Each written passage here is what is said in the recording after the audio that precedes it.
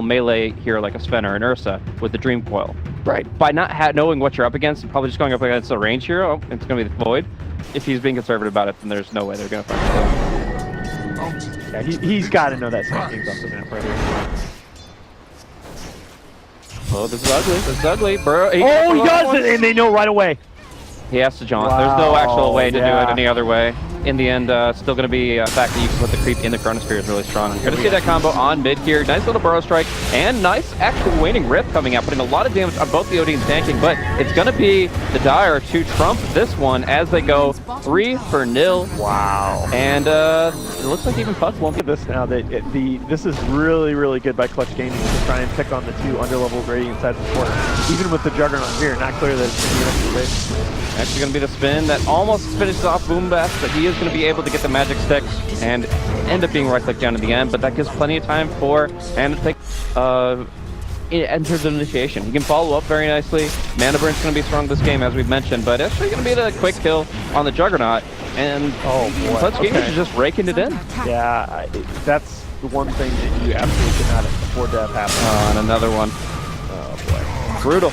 This is just really bad. At this point in time, you have on Nando getting that blink up at a good time and making huge plays. I mean, you don't need the blink to get an initiation like this, though. They're going to be skewering in. They're going to be putting some damage, and it's an Invis rune that will sneak them right away. No problem at all. It's going to be silent action, even a courier.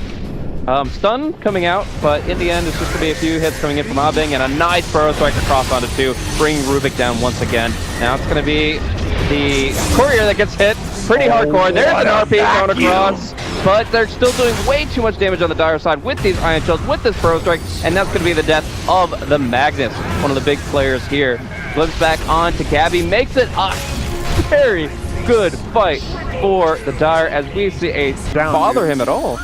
Nando, nice little pick off here, one more hit, and no restoratives for Fly Solo, but even so he has to pop the coil again just to try to get away.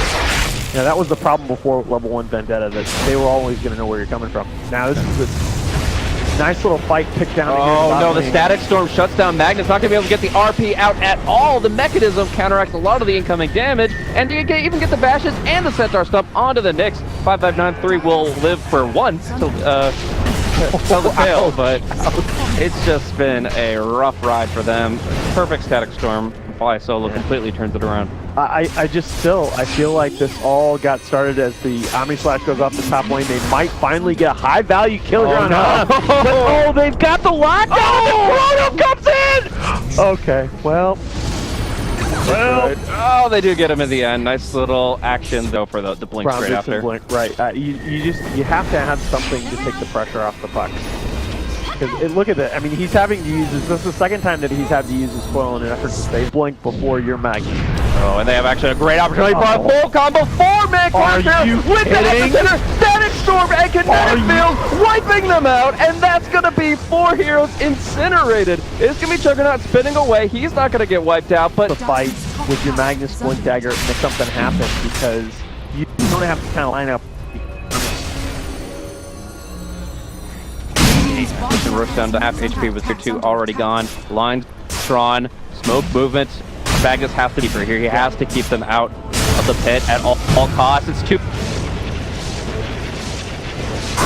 With OD to the tank here. Does the blitz. Wilto gets caught in the. Is under attack. Nothing doing, man. That's gonna be Execration take it down a notch once more. And a Roshan given for Clutch Gamers. Like, Bang is picking up the top. Respond there. You got it. Along with that, the Shadow Blade can allow them to kind of go forward here and find out a Nyx Assassin under their own Sentry Ward. Who will they stun? How many will they get? Just the Nyx for now. And it's going to be the Void Chrono that trumps out the RP and allows the Tank King to go in for the full combo. Fact, even desperation now, as it's going to be the Juggernaut who gets picked off.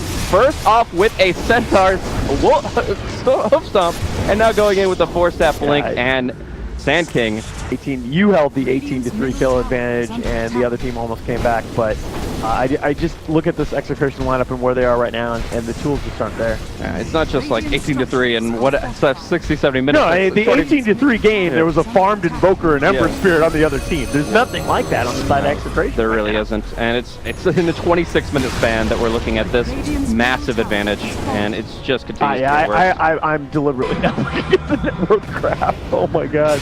Yeah, no, don't show me that. Don't show me Oh, nice double burrow. Very nicely forward with the vacuum as well. No OD ultimate, and he does get caught by the reverse polarity, but even then he's still alive and well, gets held up by the Guardian Greaves and goes back in with the surge. He's going to be able to bring down the Nyx Assassin with the Carapace only hitting at the last moment. They will dig on him down, but he's coming right back up. Aegis of the Immortal, bringing him back into the fray and focusing down on their next target. At least for now, it looks like they do want to make sure that they protect their advantage, though.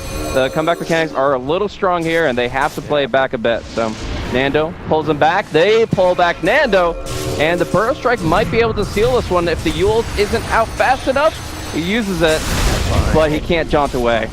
When you look at, just on the side of Clutch Gamers, so much sustain, so much control. They have the ability, both within fights and then the ability to just reset and come back in. Man, oh man. That's tough. They're gonna have mid-racks here pretty easily. Well, definitely. That's gonna be kind of the beginning of the end to an extent. I mean, the first step of the three-step process, and with reverse polarity being just long enough of a cooldown, they actually might look for the second lane. They have Chronosphere, they don't have to be worried about RP, and they have BKB back up. I mean, there's not much to fear. If you're, I mean, let me ask you, do you think if you're Execration right now, are you second-guessing your draft? That's a tough call. I think Execution. I don't think so. I think it's more the early game. Yeah, maybe the Nyx support thing. Okay. He might second guess that, because that clearly didn't accomplish much at all this game. As we see, just I mean, just pain. Yeah, pain and combo. Fully visualized combo before your eyes. Graphic 18+. Please look away. You gotta believe Execration is just gathering themselves mentally, talking about what went wrong. You know, it's a long event. They got a lot more games to play. Yeah, this is a team that has some experience. They're down their superstar player Abed. That's obviously a glaring hole that they got to talk about replacing. But these are guys that know how to get it done, and especially DJ was, arguably the best player in the region last year. Is it clip stolen by Rubik? It's on cooldown. Oh, okay. He refreshes the spell skill. Sure, why not? Big RP coming out. It's going to be a very nice Burrow Strike, though. And though the Carapace is pretty strong in this environment, the BKB OD is stronger. But yeah, I really do feel like maybe the Nyx sticks out as a kind of odd pick. They'll look back at the replay, look at the vision game for the early on, and that will be something that they second guess quite a bit as far as why they didn't see certain roaming plays coming. But as a whole, it comes down to execution, comes down to Clutch Gamers just being the better team in this best of one.